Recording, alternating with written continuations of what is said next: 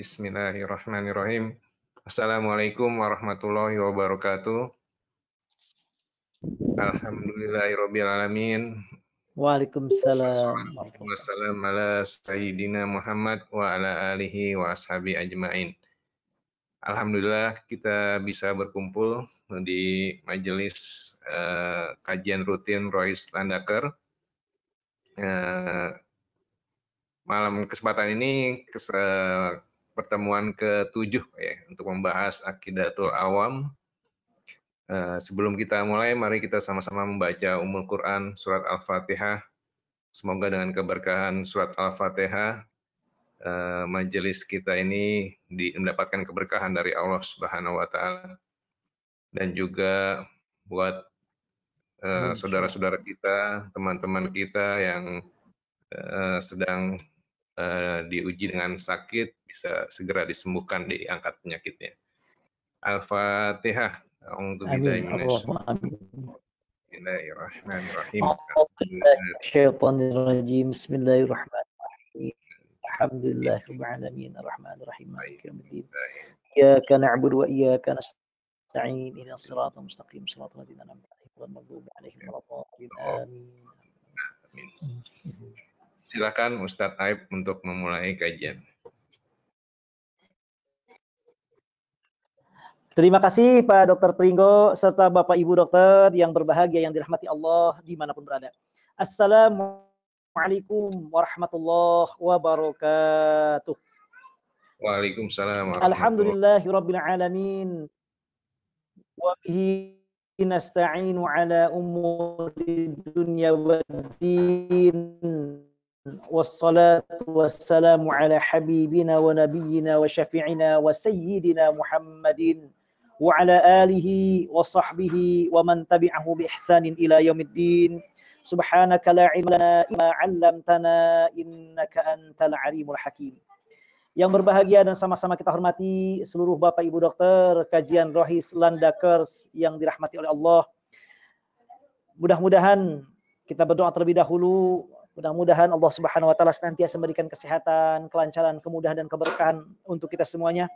Dan juga kita doakan bersama mudah-mudahan negeri kita tercinta Indonesia khususnya dan juga negara-negara yang lain pada umumnya yang saat ini COVID-19 sedang naik kembali Indonesia. Mudah-mudahan Allah segera menurunkan dan menghilangkan wabah corona ini sehingga mudah-mudahan Indonesia menjadi negara yang bersih dari semua wabah penyakit, khususnya dari wabah corona COVID-19 ini.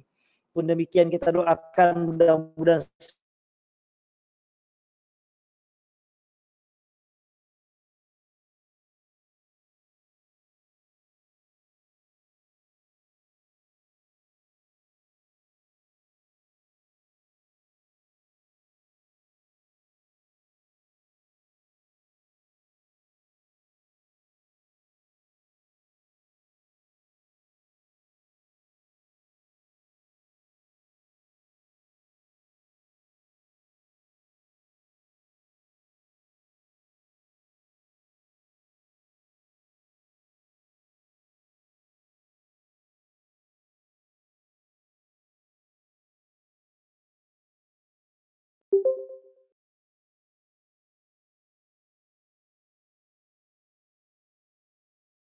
Maaf Ustadz Aib, koneksinya sepertinya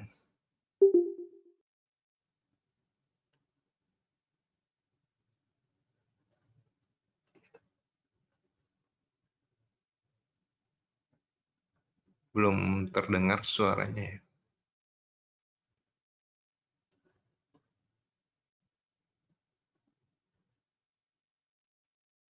Halo.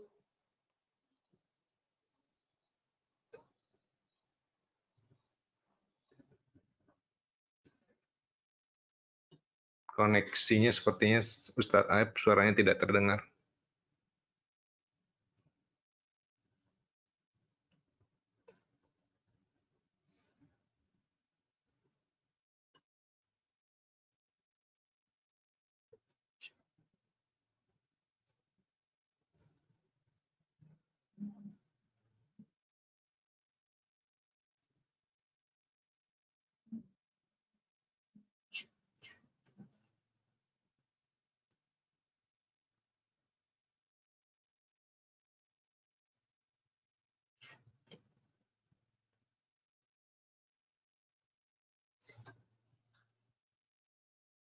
Suaranya tidak terdengar, Ustadz.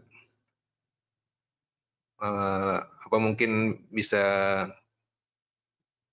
keluar dulu kali, lalu nanti join lagi.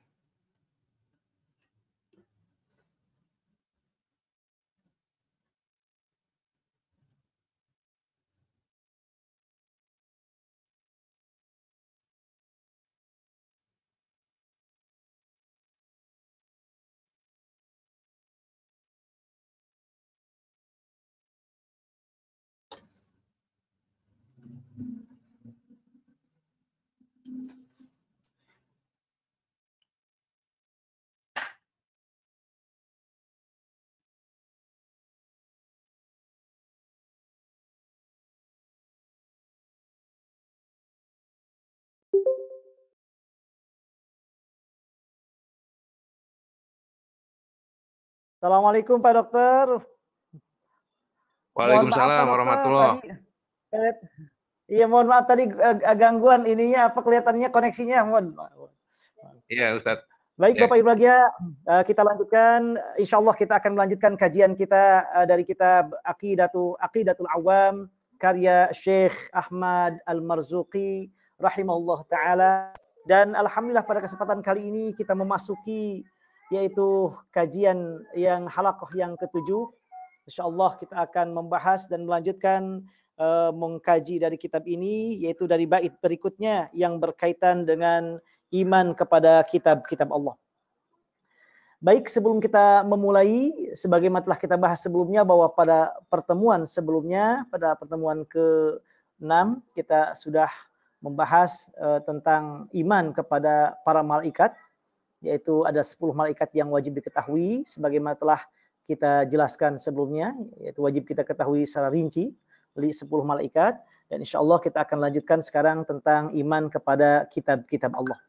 Baik, terlebih dahulu kita baca terlebih dahulu matan dari kitab Aqidatul Awam karya Syekh Ahmad Al-Marzuqi. Bismillahirrahmanirrahim. Qala al-muallif naf'ana Allah bihi wa bi'ulumihi fid darain amin. Abda'u bismillahi warrahmani wa birrahimi daimil ihsani. Falhamdulillahil qadimil awwali wal akhiril baqi bila tahawuli. ثم الصلاة والسلام سرمدا على النبي خير من قد وحدا وآله وصحبه ومن تبع سبيل دين الحق غير مبتدع وبعد فاعلم بوجوب المعرفة من واجب لله 20 صفة فالله موجود قديم باقي مخالف للخلق بالإطلاق وقائم غني وواحد وحي قادر مريد عالم بكل شيء سميع البصير والمتكلم له صفات 7 تنتظم فقدرة إرادة سمع بصر حياة العلم كلام استمر وجائز بفضله وعدله ترك لكل ممكن كفعله أرسل أنبياء ذوي فطانة بالصدق والتبليغ والأمانة وجائز في حقهم من عرض بغير نقص كخفيف المرض عصمتهم كسائر الملائكة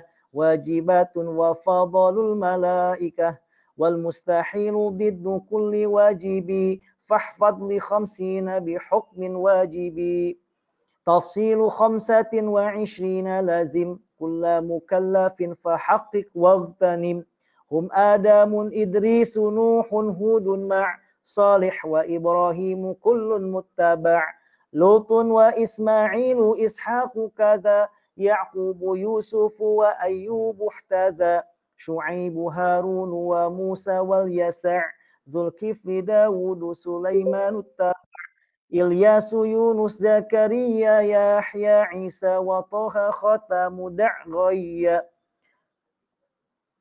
وعليهم الصلاة والسلام وآلهم ما دامت الأيام والملك الذي بلا أب وأم لا أكل لا شرب ولا نوم لهم تفصيل 10 منهم جبريل ميكال إسرافيل عزرائيل munkar nakirun wa raqibun wa kadza, atidu malikun wa ridwan muhtadza. Nah, ini yang telah kita bahas pada pertemuan sebelumnya, itu sampai bait 23. Sekarang kita akan menjelaskan 3 bait berikutnya. Bait 24, 25 dan 26 tentang iman kepada kitab-kitab Allah. Kita baca. Arba'atun min kutubin tafsiluha Tauratu Musa bil huda tanziluha Zaburu Dawud wa Injilun ala Isa wa Furqanun ala khairil mala wa suhuful khalili wal kalimi fiha kalamul hakamil alimi. Nah, ini yang akan kita jelaskan insyaallah pada pertemuan kali ini, yaitu tentang iman kepada kitab-kitab Allah. Syekh Ahmad Marzuki mengawali nazamnya yaitu tentang iman pada kitab-kitab Allah dengan mengatakan arba'atun, ada 4 min kutubin tafsiluha, ada 4 kitab yang wajib kita imani secara terperinci. Maksud secara terperinci adalah bahwa kita mengimani 4 kitab ini dengan mengetahui, yaitu dengan nama-namanya. Nama-namanya 4 kitab ini. Nah, kemudian beliau menjelaskan 4 kitab tafsiluha, rincian 4 kitab ini kita wajib mengimani secara terperinci. 4 kitab dimaksud adalah Tauratu Musa, 1 kitab Taurat yang diturunkan oleh Allah kepada Nabiullah Musa alaihissalam, bil huda tanziluha, yang diturunkannya dengan sebagai petunjuk. Kemudian Zabur Dawud, yang kedua kitab Zabur yang diturunkan kepada Nabi Daud alaihissalam. Wa Injilun, dan kitab Injil yang ketiga ala Isa, yang diturunkan kepada Nabi Isa alaihissalam. Wa Furqanun, dan Furqan maksudnya Al-Quran, dan yang keempat kitab Al-Quran ala khairil mala, yang diturunkan kepada sebaik-baik nabi dan rasul, yaitu kepada Nabi Muhammad sallallahu alaihi wasallam, khairul anbiya wal mursalin. Nah, kemudian selain 4 kitab ini, Syekh Ahmad Marzuki juga menyebutkan ada juga wajib kita mengiman kepada wasuhuful khalili wal kalimi, yaitu suhuf, lembaran-lembaran. Ini bukan berupa kitab tapi lembaran-lembaran yang Allah turunkan kepada Al-Khalil. Al-Khalil ini maksudnya adalah Nabiullah Ibrahim. Nabiullah Ibrahim wal kalim. Maksud Al-Kalim ini maksudnya adalah Nabiullah Musa alaihissalam. Fiha, di dalam suhuf ini, kalamul hakamil alim, terdapat firman Allah Subhanahu wa taala yang maha bijaksana juga maha mengetahui. Nah, ini 3 bait yang insyaallah akan kita jelaskan. Jadi Syekh Ahmad Marzuki dalam 3 bait ini menjelaskan tentang adanya 4 kitab yang wajib kita imani secara terperinci. Juga selain kitab ada juga lembaran-lembaran yang disebut dengan suhuf. Yang suhuf yang disebutkan di antara dalam Al-Quran yang Allah berikan kepada Nabiullah Ibrahim dan kepada Nabiullah Musa alaihissalam. Karena itu Syekh Nawawi Al-Bantani dalam kitabnya Nurul Zulam ketika menjelaskan bait ini beliau mengatakan yajibu ala kulli mukallafin ay ya'taqida arba'atan minal kutubi tafsilan bi asma'iha.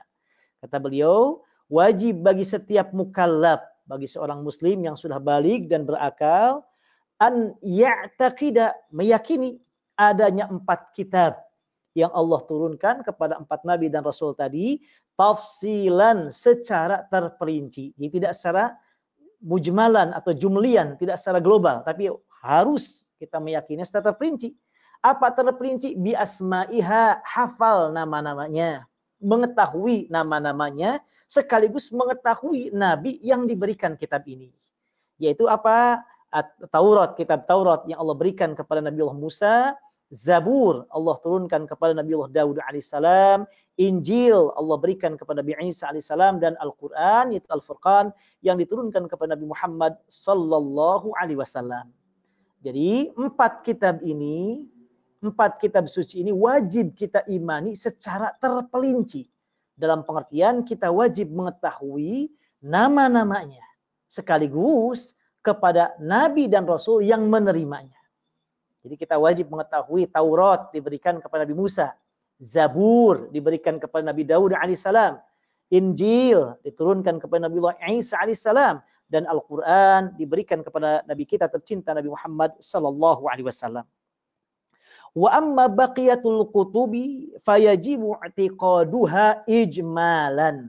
Adapun kitab-kitab yang lainnya selain 4 kitab ini, selain Taurat, Zabur, Injil, dan Al-Quran ini, kitab-kitab yang lainnya, wajib kita imani juga, tapi ijmalan secara global. Tidak perlu mengetahui berapa jumlahnya, tidak wajib kita mengetahui apa nama-namanya, dan kepada Nabi dan Rasul siapa diturunkannya, tidak wajib.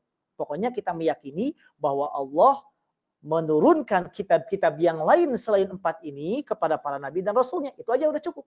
Nah, itu namanya wajib mengimani secara global. Ijmalan.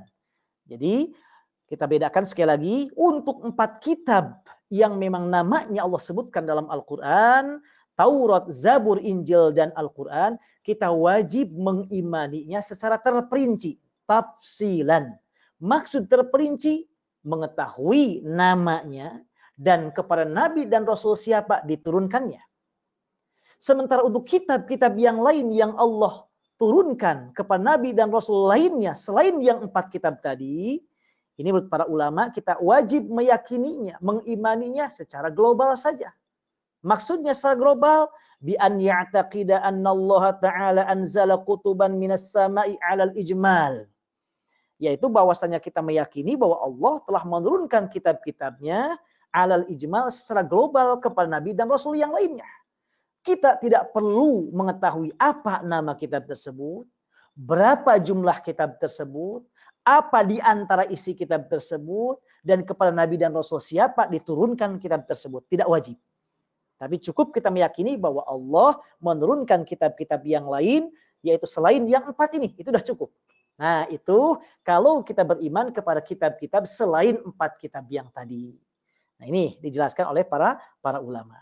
Nah, jadi sekali lagi itulah maksud dari penjelasan para Syekh Ahmad Marzuki dari baitnya yang tadi. Kemudian selain dari 4 kitab yang tadi, kata Syekh Ahmad Marzuki, juga ada namanya suhuf. Suhuf ini bentuk jamak dari kata sahifah. Nah, sahifah ini maksudnya adalah lembaran-lembaran. Jadi lembaran-lembaran, bukan berupa kitab, bukan berupa buku, tapi hanya berupa lembaran-lembaran, suhuf. Nah, suhuf. Dan suhuf ini, nah ini yang disebutkan dalam Al-Quran, yaitu adalah suhuf, lembaran yang diberikan kepada Nabi Musa dan kepada Nabi Ibrahim. Fi suhufi Ibrahim wa Musa. Suhuf yang diberikan kepada Nabi Ibrahim, juga yang diberikan kepada Nabiullah Musa alaihissalam. Yang kata para ulama, suhuf yang diberikan kepada Nabi Musa itu sebelum Taurat diturunkan. Jadi sebelum diturunkan kitab Taurat kepada Nabi Musa, Allah menurunkan untuk Nabi Musa berupa apa? Suhuf. Suhuf itu lembaran-lembaran yang isinya tentu berupa ajaran yang harus disampaikan oleh Nabi Musa kepada kaumnya. Kemudian setelah suhuf, barulah kemudian kitab Taurat. Nah, ini maksudnya. Adapun yang diberikan kepada Nabi Ibrahim juga sama, yaitu berupa suhuf, hanya lembaran-lembaran. Dan Nabi Ibrahim tidak disebutkan dalam Al-Quran beliau menerima kitab, menerima buku dalam bentuk buku, tapi berupa lembaran-lembaran saja. Nah, suhuf ini juga karena disebutkan oleh Allah dalam Al-Quran, maka wajib kita mengimaninya. Wajib kita mengimaninya. Hanya tidak perlu kita mengetahui rinci berapa jumlah suhuf ini secara terperinci. Tidak usah, cukup dengan global. Makanya kata Imam An-Nawawi Al-Bantani misalnya, ketika menjelaskan bait ini, yajibu ala kulli mukallafin ayya'taqida annallaha anzala suhufan ala sayyidina Ibrahim wa anzala suhufan qabla at-taurati ala sayyidina Musa wa la yajibu ma'rifatu adadi suhufihima tafsilan bal yajibu i'tiqaduhu ijmalan faqat. Kata beliau, kita wajib mengimani tentang adanya suhuf kepada Nabi Ibrahim dan suhuf yang Allah berikan kepada Nabi Musa secara global, udah cukup. Pokoknya kita yakin ada namanya lembaran-lembaran suhuf namanya yang Allah berikan kepada Nabi Ibrahim, yang Allah berikan kepada Nabi Musa. Itu sudah cukup. Tanpa kita harus mengetahui detailnya, rincinya. Tidak usah mengetahui berapa jumlah suhufnya, apa isinya, tidak usah. Yang penting cukup untuk mengimani suhuf ini secara global. Maksudnya kita yakin bahwa Allah telah menurunkan suhuf kepada Nabi Ibrahim dan juga kepada Nabiullah Musa alaihi salam. Nah, itu penjelasan secara global dari bait tadi. Baik, kita lihat sekarang penjelasan secara lebih rinci lagi. Apa yang dimaksud dengan kitabullah atau kitab yang Allah turunkan kepada para nabi dan rasul? Nah, ini kata para ulama, yang dimaksud dengan kitabullah atau kitab-kitab Allah yang diturunkan kepada para nabi dan rasul untuk disampaikan kepada kaum atau umatnya, itu maksudnya adalah kalamun min kalamillahi ta'ala fihi hudaw wa nur yuhillahu bihi ila rasulin min rusulihi liyuballighahu linnas. Ini kata para ulama, bahwa yang dimaksud dengan kitab-kitab Allah ini berupa firman Allah yang di dalamnya ada petunjuk, di dalamnya juga ada cahaya yang Allah wahyukan kepada di antara rasul dari rasul-rasulnya untuk disampaikan kepada kaumnya atau kepada umatnya atau kepada manusia. Nah, itu yang dimaksud. Jadi, berarti kitabullah ini adalah berisi firman Allah yang merupakan petunjuk untuk jalan hidup kita, pedoman hidup kita. Apa yang harus dilakukan, apa perintah Allah, apa larangan Allah, apa yang harus kita kerjakan, apa kehidupan kita setelah dunia ini. Semua dijelaskan di dalamnya. Dijelaskan di dalamnya. Petunjuk bagi kita, pedoman bagi kita. Bagaimana menggapai keabadian, kebahagiaan, dunia dan akhirat. Nah, dijelaskan di dalamnya, di dalam kitab tersebut. Jadi ketika Allah menurunkan kitab Taurat, di dalamnya petunjuk. Petunjuk dari Nabi Musa, yaitu yang disampaikan kepada Nabi Musa, untuk disampaikan kepada Bani Israel tentang apa yang harus dilakukan dalam rangka beribadah kepada Allah, siapa yang harus disembah, bagaimana cara menyembahnya, apa kehidupan pokok keyakinan yang wajib diyakininya, juga apa kehidupan yang akan dijalani setelah dunia ini. Dijelaskan semuanya berupa petunjuk pedoman hidup kita dunia dan akhirat. Nah, itu maksud kitabullah. Nah, dalam Al-Quran, kalau kita lihat dalam ayat-ayat Al-Quran, Allah Subhanahu wa Ta'ala menegaskan bahwa mengimani kitab-kitab Allah yang Allah turunkan kepada para nabi dan rasul, para rasul-rasulnya, itu hukumnya wajib. Wajib. Hanya ada yang wajib kita imani secara global, ada yang harus kita imani secara terperinci. Yang terperinci maksudnya kita paling tidak mengetahui nama-namanya, kemudian juga kepada Nabi siapa diturunkan, dan khusus untuk Al-Quran yang diturunkan kepada Nabi Muhammad, yang merupakan Nabi kita tercinta, juga wajib mengimani isi kandungannya dan mengamalkan kandungannya. Jadi mengimani kitab-kitab yang Allah turunkan tersebut hukumnya wajib. Nah, hal ini nampak misalnya Allah dalam Al-Quran menggunakan bentuk perintah, bentuk perintah. Dan dalam kaidah asal dalam perintah menunjukkan wajib.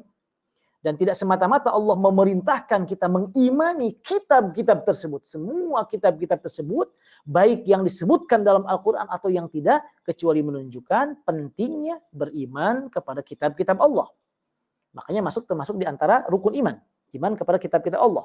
Misalnya dalam surah Al-Baqarah ayat 136, Allah memerintahkan kita agar kita meyakini, mengimani semua kitab-kitab yang Allah turunkan.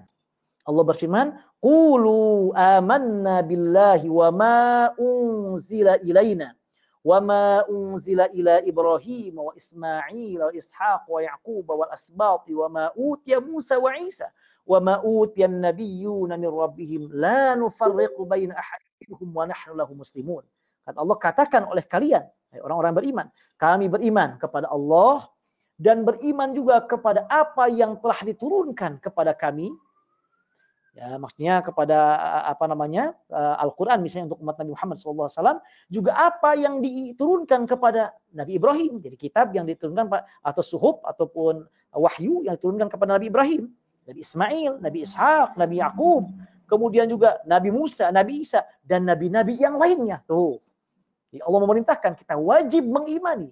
Kita wajib mengimani bukan hanya kepada Al-Quran, tapi juga kita wajib mengimani semua kitab-kitab yang lainnya yang diturunkan kepada para rasul sebelum Nabi Muhammad sallallahu alaihi wasallam, baik Nabi Ibrahim, Ismail, Ishaq, Yaqub atau juga yang lainnya. Nah, kemudian di antara ada ayat yang lain yang menunjukkan pentingnya kita beriman kepada kitab-kitab Allah. Allah juga dalam Al-Quran saking pentingnya beriman kepada kitab-kitab Allah, Allah mensifati Di antara ciri seorang mukmin yang luar biasa, yang dahsyat atau yang istimewa ini, di antaranya adalah mereka beriman kepada kitab-kitab Allah. Baik Al-Quran atau sebelum Al-Quran. Nah, jadi sampai Allah dalam Al-Quran menyebutkan ciri seorang mukmin yang sejati, mukmin yang sempurna, mukmin yang benar keimanannya. Itu adalah di antara cirinya manakala mereka beriman kepada semua kitab-kitab Allah. Bukan hanya Al-Quran, kepada semua kitab-kitab Allah. Dalilnya dalam surah Al-Baqarah ayat 1-4. Alif Lam Mim, dzalikal kitabu la raiba fihi hudal lil muttaqin, alladzina yu'minuna bil ghaibi wa yuqimuna as-salata wa mimma razaqnahum yunfikun. Kemudian di ayat keempatnya, walladzina yu'minuna bima unzila ilaika wa ma unzila min qablik. Nah, ini kemudian wabil akhirati hum yuqinun. Jadi orang yang bertakwa adalah diantaranya orang yang beriman kepada Al-Quran, Alkitab yang Allah turunkan kepada engkau wahai Nabi Muhammad, maksudnya kepada Al-Quran. Beriman kepada Al-Quran. Wa ma unzila min qablik, dan beriman kepada kitab-kitab yang diturunkan sebelummu wahai sebelum Nabi Muhammad. Mau tahu Zabur, Taurat, Injil atau kitab-kitab yang lainnya yang enggak disebutkan Allah dalam Al-Quran. Nah, itu wajib kita imani juga. Kemudian dan yakin dengan akhirat.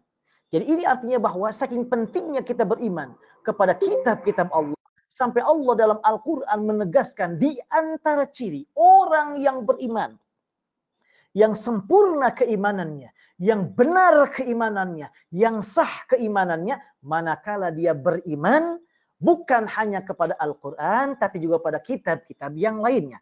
Hanya perlu diketahui, kita wajib mengimani kitab-kitab Allah secara terperinci. Paling tidak mengetahui namanya dan juga kepada Nabi siapa diturunkan, itu untuk 4 kitab saja. Yang lainnya cukup iman kita secara global. Artinya kita meyakini bahwa selain 4 kitab ini ada kitab-kitab yang lain yang Allah turunkan kepada Rasulnya. Nah, ini. Yang ketiga, kalau kita lihat dalam ayat Al-Quran, saking pentingnya tentang beriman kepada kitab-kitab Allah, sampai Allah menyebutkan dalam Al-Quran, bahkan mengancam orang yang tidak beriman kepada kitab-kitab Allah semuanya, atau beriman kepada sebagiannya, hanya yakin, hanya mengimani Injil saja, tidak meyakini Taurat atau Al-Quran, atau meyakini Al-Quran saja, tidak meyakini kitab-kitab yang lainnya, Allah mengancam bahwa mereka telah dikatakan ingkar atau kafir. Nauzubillah. Nih, betapa luar biasanya, betapa pentingnya, betapa wajibnya kita mengimani semua kitab-kitab Allah. Baik Al-Quran, Injil, Taurat, Zabur, ataupun yang lainnya. Nah, apa di antara dalilnya? Dalam surah An-Nisa ayat 136, Allah berfirman, "Wa may yakfur billahi wa malaikatihi wa kutubihi wa rusulihi wal yaumil akhiri faqad dhalla dhalalan ba'ida." Siapa yang ingkar kepada Allah, malaikat-malaikatnya, dan kitab-kitabnya tuh. Siapa yang tidak mempercayai, tidak beriman kepada kitab-kitab Allah, di akhir ayat, faqad dhalla dhalalan ba'ida, maka sungguh dia telah sesat dengan kesesatan yang sangat jauh. Bahkan dalam ayat yang lain Allah juga mengecam orang yang hanya mengimani sebagian kitab, tidak beriman kepada kitab yang lain. Allah katakan mereka orang yang ingkar, orang yang kafir. Ini artinya betapa pentingnya kita, wajibnya kita beriman kepada semua kitab-kitab Allah. Semua kitab-kitab Allah, baik Al-Quran atau yang lainnya, bahwa kita meyakini bahwa Allah telah menurunkan misalnya Zabur kepada Daud, kemudian Taurat kepada Nabi Musa, Injil kepada Nabi Isa, atau juga menurunkan kitab-kitab Allah yang lainnya yang enggak disebutkan dalam Al-Quran kepada rasul-rasul lainnya. Allah berfirman bahwa tidak boleh kita memisahkan satu kitab dengan kitab yang lain. Enggak boleh kita mempercayai sebagian kitab, tidak mempercayai kitab yang lain. Nah, ini enggak boleh. Nah, ya, firman Allah surat Al-Baqarah ayat 90 dan 91. Allah berfirman, "Bi'sa masyarau bihi anfusahum ay yakfuru bima anzalallahu baghyan ay yunazzilallahu min fadlihi 'ala man yasha'u min 'ibadihi. Faba'u bighadabin 'ala ghadab walil kafirina 'adzabun muhin." Nah, untuk orang yang kafir kata Allah siksa yang pedih. Siapa di antara ciri orang yang kafir ini? Wa idza qila lahum aminu bima anzalallahu qalu nu'minu bima unzila alaina wa yakfuruna bima wara'ah wa yakfuruna bima wara'ahu wa huwal haqqu musaddiqan lima ma'ahum qul falima taqtuluna anbiya Allahi min qablu in kuntum mu'minin. Nah, kata Allah, di antara ciri orang yang kafir tersebut, yang disiapkan oleh Allah siksa yang pedih, jika dikatakan pada mereka, ayo beriman kepada kitab-kitab yang Allah turunkan. Mereka berkata, kami hanya beriman kepada sebagiannya saja, yaitu kepada kitab yang diturunkan kepada kami. Namun, mereka tidak beriman kepada kitab-kitab yang lainnya. Nah, Allah kecam orang yang demikian. Bahkan Allah katakan mereka yang ingkar atau kafir, keimanannya tidak sempurna, manakala dia hanya beriman kepada sebagian kitab, tidak kepada semua kitab-kitab Allah. Nah, makanya kita mantapkan, kita yakin semua kitab-kitab Allah. Dan alhamdulillah, agama kita, agama Islam meyakini semua kitab-kitab. Kita kepada Taurat yakin. Ada Taurat diberikan kepada Nabi Musa. Meskipun Taurat yang sekarang dalam keyakinan agama kita sudah ada perubahan, bukan asli lagi. Kita yakin juga dengan Zabur, yakin diberikan kepada Nabi Daud. Kepada Nabi Isa, alhamdulillah kita yakin. Injil diberikan kepada Nabi Isa, yakin. Al-Quran, apalagi kepada Nabi kita tercinta, alhamdulillah. Nah, maka kita mengimani semua kitab-kitab ini, alhamdulillah. Makanya sekali lagi, wajib seorang muslim, seorang muslimah, meyakini semua kitab-kitab yang Allah turunkan kepada Rasul-Rasulnya, baik yang disebutkan namanya dalam Al-Quran, maupun yang tidak disebutkan dalam Al-Quran. Hanya, kata para ulama, untuk 4 kitab yang namanya disebutkan dalam Al-Quran, kita wajib mengimaninya secara tafsilan, terperinci. Adapun untuk kitab-kitab yang tidak disebutkan namanya kepada dalam Al-Quran, itu cukup secara global mengimaninya, bahwa kita mengimani bahwa kita ada kitab-kitab yang lain yang diturunkan kepada Rasul-Rasul Allah Subhanahu wa Ta'ala. Nah, ini maksud daripada beriman kepada kitab-kitab Allah. Jadi sekali lagi, kita mengimani kitab-kitab Allah selain Al-Quran, kita yakin bahwasanya ada kitab-kitab Allah namanya ini Allah turunkan kepada Rasul-Rasul Allah. Namun untuk berkaitan dengan Al-Quran, mengingat Al-Quran diturunkan kepada Nabi Muhammad SAW untuk disampaikan kepada seluruh manusia, dan kita termasuk umat Nabi Muhammad, maka selain kita meyakini Al-Quran diturunkan kepada Nabi Muhammad, wajib juga kita meyakini kandungannya. Meyakini kebenaran isi kandungannya, plus tentunya mengamalkan kandungannya berdasarkan pemahaman para ulama yang muktabar. Nah, ini tentang iman kitab-kitab Allah, keimanan kita, pentingnya kita beriman kepada semua kitab-kitab Allah. Lalu ada berapa jumlah kitab-kitab Allah ini? Nah, ada berapa jumlah kitab Allah? Ini para ulama berbeda pendapat. Ada yang mengatakan bahwa kitab-kitab Allah ini itu bukan hanya 4, tapi banyak. Ada 104. Jadi ada 104 kitab-kitab Allah.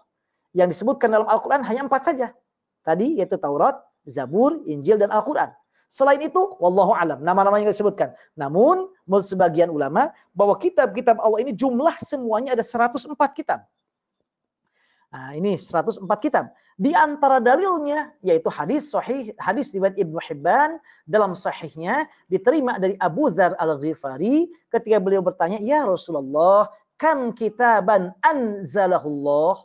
Berapa kitab-kitab Allah yang Allah turunkan? Rasulullah kemudian menjawab, "Mi'atu kitabin wa arba'atu kutubin." Jumlahnya ada 104 kitab. Ada 104 kitab. Makanya sebagian ulama berpendapat bahwa jumlah kitab-kitab Allah ini semuanya ada 104. Yang lain mengatakan ada 114. Oh, ini pendapat yang lain mengatakan 114.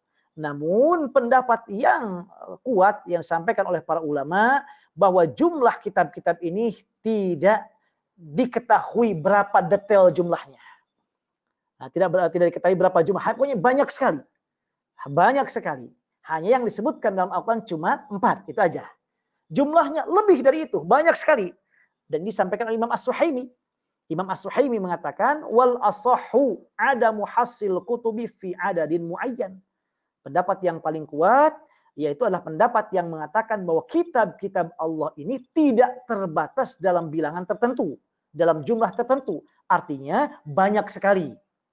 Banyak sekali. Bahkan beliau mengatakan fala yuqalu innaha mi'atu wa arba'ah faqat. Jangan dikatakan bahwa jumlahnya ada mi'atun wa arba'atu faqat. Mi'atun wa arba'atun faqat, 104 saja. Enggak, lebih dari itu.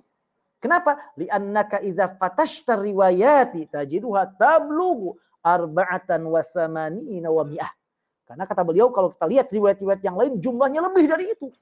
Ada sampai 184 kitab dalam riwayat-riwayat yang lain. Maka kata beliau, dan dipegang oleh para ulama, mayoritas ulama, bahwa yang paling baik, yang paling kuat pendapat dalam ini, bahwa jumlah kitab-kitab Allah sangat banyak. Sangat banyak.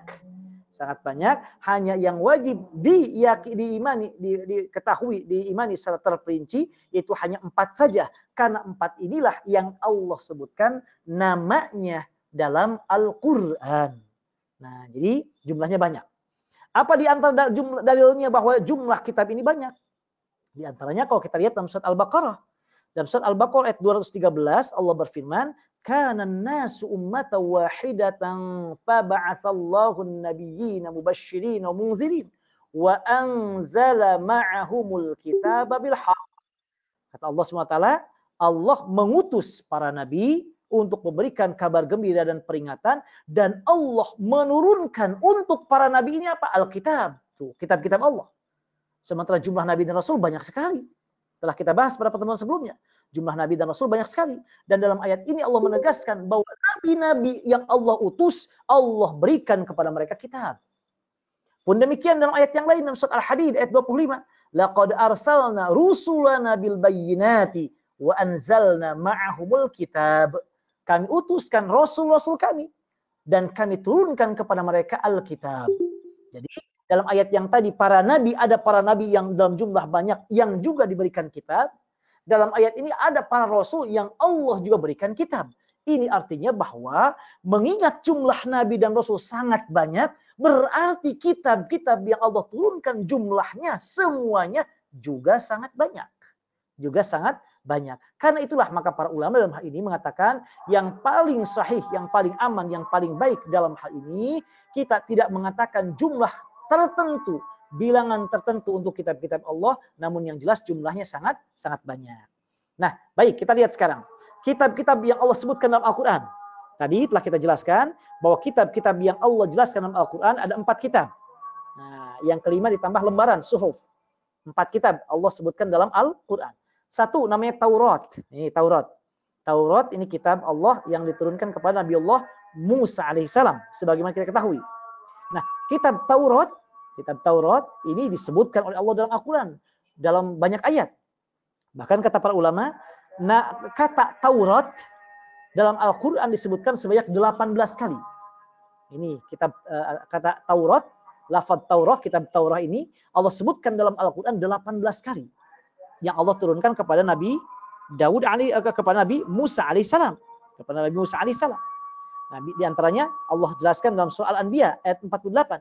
Walaqad atayna Musa wa Harun al-furqana wa diya'an wa dzikra lil muttaqin. Sungguh kami telah memberikan kepada Nabi Musa dan Harun al-Furqan. Al-Furqan menurut para ulama di sini maksudnya adalah kitab Taurat, wa diya'an dan sebagai cahaya, wa dzikran dan pengingat bagi orang yang bertakwa. Dalam ayat yang lain surat Al-Maidah 44 lebih tegas lagi. Inna anzalnat Taurata. Inna anzalnat Taurata. Kami telah menurunkan Taurat. Taurat. Fiha hudan wa nur. Di dalamnya ada petunjuk dan cahaya.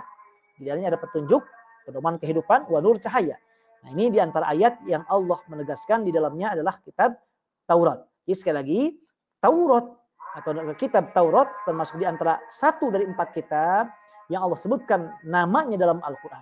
Bahkan Taurat ini disebutkan dalam Al-Quran oleh Allah sebanyak 18 kali. Sebanyak 18 kali. Nah, kalau kita lihat ketika Allah berbicara tentang Taurat, nah kita lihat bagaimana Al-Quran berbicara tentang Taurat. Di antaranya Allah menegaskan bahwa Taurat ini adalah petunjuk, kemudian juga cahaya, kemudian juga pemisah, kemudian juga dia, cahaya juga yang menerangi. Nah, ini diantaranya Allah berfirman dalam surah Al-Maidah ayat 44, Inna anzalna taurata fiha hudan wa nur. Bahwa kami telah menurunkan Taurat yang di dalamnya ada petunjuk dan juga cahaya. Cahaya maksudnya adalah cahaya yang menerangi hidup dan kehidupan manusia. Cahaya untuk menerangi apa yang harus dilakukan oleh manusia dan apa yang harus dijauhi oleh manusia. Pedoman hidup. Jadi Allah mensifati Taurat dalam Al-Quran yaitu dengan sebutan hudan, petunjuk, dan nur, cahaya. Cahaya yang menerangi langkah dan kehidupan manusia di jagat raya ini. Yang kedua, kalau kita lihat dalam Al-Quran ketika Allah berbicara tentang Taurat, Allah menjelaskan bahwa Taurat ini kitab yang mencakup banyak semua aspek. Jadi kitab yang terperinci, menjelaskan semua aspek. Jadi kitab Taurat yang diberikan kepada Nabi Musa, ini menjelaskan semua aspek. Nah, ini nampak misalnya dalam firman Allah dalam surah Al-An'am ayat 154. Tsumma atayna Musal kitaba tamaman 'ala alladzi ahsana wa tafsilan likulli syai'in wa hudaw wa rahmah. Wa hudaw wa rahmatan la'allahum biliqa'i rabbihim yu'minun. Nah, kata Allah, kemudian kami menurunkan kepada Musa Alkitab, maksudnya kitab Taurat. Nah, apa di antaranya? Tafsilan likulli syai', yang menjelaskan secara terperinci segala sesuatu. Nah, jadi Allah ketika menjelaskan Taurat dalam Al-Quran, menegaskan bahwa Taurat adalah kitab yang Allah turunkan kepada Nabi Musa yang di dalamnya menjelaskan semua hal, semua perkara secara detail dan terperinci. Nah, ini yang kedua. Yang ketiga, kalau kita lihat tentang Taurat dalam Al-Quran, bahwasannya Allah juga menegaskan bahwa kitab-kitab yang datang setelah Taurat semuanya membenarkan Taurat. Artinya membenarkan atau melanjutkan Taurat atau menyempurnakan yang kurang. Nah, ini sebagai firman Allah dalam surah Al-Maidah ayat 46, wa qaffayna ala atharihim bi'Isa bin Maryam musaddiqan lima baina yadayhi minat Taurah wa atainahu al-Injil. Ini kata Allah SWT, dan kami juga meneruskan setelah Nabi Musa alaihissalam dengan menurunkan Nabiullah Isa alaihissalam. Apa Nabi Isa? Nabi Isa tentu diberikan kitab Injil. Hanya Allah menegaskan di sini musaddiqan lima baina yadayhi minat Taurah. Nabi Isa pun adalah membenarkan apa yang ada terkandung dalam kitab Taurat. Dalam kitab Taurat. Makanya sekali lagi bahwasannya kitab-kitab yang datang setelah Taurat itu membenarkan atau menambahkan atau memperjelas untuk apa yang terkandung dalam kitab Taurat, termasuk Nabiullah Isa alaihissalam dengan Injilnya. Kemudian selain itu Allah juga dalam Al-Quran menjelaskan di antara isi kitab Taurat. Nah, tentu yang asli ya, yang asli. Allah menjelaskan dalam Al-Quran bahwa di antara isi kitab Taurat itu apa? Misalnya dalam surah Al-Maidah ayat 45. Ayat 45, Allah menegaskan di antara isi ajaran yang ada dalam kitab Taurat, yaitu tentang adanya bayaran qisas. Jadi kalau seandainya orang membunuh dengan sengaja dan dengan syarat-syarat yang telah dijelaskan oleh para ulama, maka dibunuh lagi. Merusak mata dibayar dengan mata lagi. Hidung dengan hidung lagi. Nah, ini Allah tegaskan dalam surah Al-Maidah. Wa katabna 'alaihim fiha. Dan kami tetapkan untuk mereka, khususnya Bani Israel, fiha, di dalam kitab Taurat ini. Apa di dalam Taurat ini isinya? Annan nafsa bin nafsi wal aina bil aini wal anfa bil anfi wal udhuna bil udhuni was sinna bis sinni wal juruha qisas. Nah, ini bahwasanya kalau jiwa dibayar dengan jiwa, mata dibayar dengan mata, hidung dibayar dengan hidung, telinga dibayar dengan telinga, gigi dibayar dengan gigi. Wal juruh qisas, dan setiap melukai maka ada qisasnya, ada balasannya, ada yang harus dibayarnya. Nah, ini di antara isi dari kitab Taurat. Jadi adanya qisas di antaranya itu sudah ada dalam kitab Taurat. Termasuk dalam kitab Taurat juga di antara isi yang ada tentang adanya Nabi Muhammad SAW. Nah, ini nih bahwa Nabi akan muncul nanti Nabi Muhammad SAW di akhir zaman setelah Nabi Musa, itu di akhir setelah para nabi dan rasul, tentu nabi dan rasul yang paling akhir itu adalah Nabiullah Muhammad SAW. Ini juga akan adanya kedatangan Nabi Muhammad sudah dijelaskan dalam kitab Taurat. Nah, di antara isinya tentang Nabi Muhammad SAW.